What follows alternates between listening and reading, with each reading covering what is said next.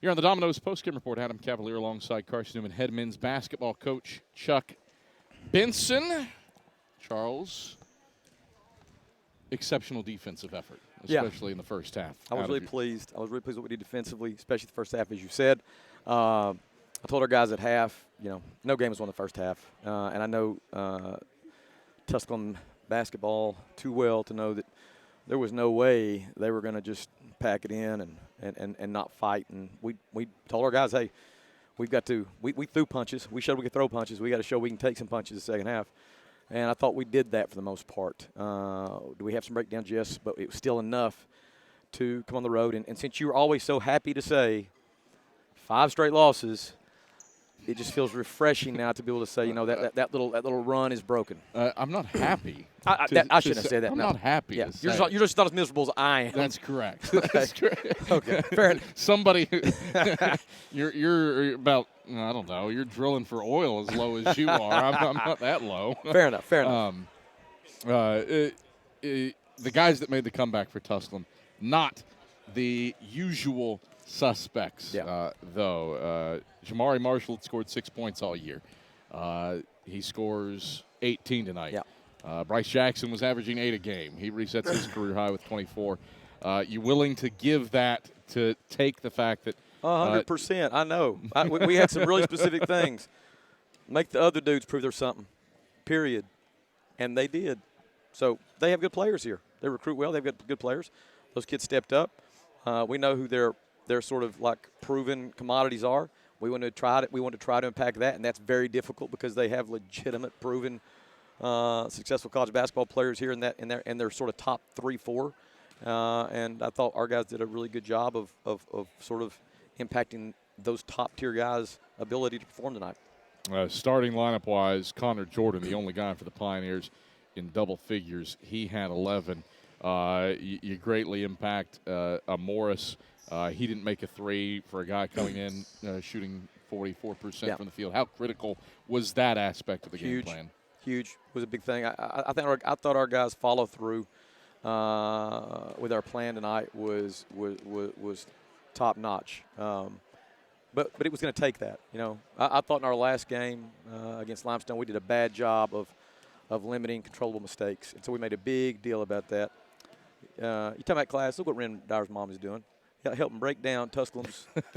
That's class, a classy lady. Not surprised. And father. And, look at this. Look at this. And Luke Brennigan's father. That's the way that's the way. It's a testament to the kind of people our players' parents are.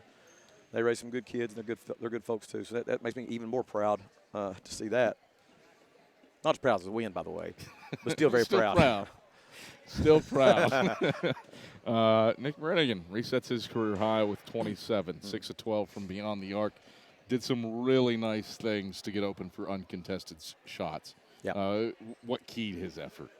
Like you said, he knows nobody's going to let him sit there and shoot shots. He's got to work really hard, and our players then have got to be sort of on the lookout when he gets those small windows for catch shots.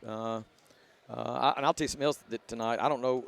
He was in there 40 minutes. I don't think we've played anybody for 40 minutes since his brother was playing. That's correct. Luke was the last one to do it.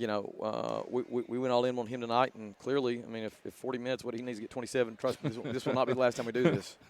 I look forward to some jelly legs here in the not too distant future for Nick.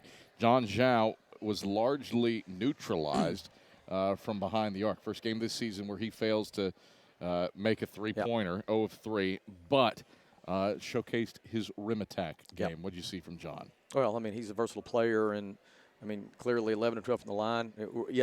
He was 0 for from behind one line, but he was 98% from behind the other one. So, and you got to have both. You can't have one or the other. And our guys, we made significantly more free throws than they even attempted, which is a big plus. So very proud for John that he has the versatility to score in a variety of ways. Point of fact, and you should know this as the product of a teacher, 11 of 12 is 91%, not 98%.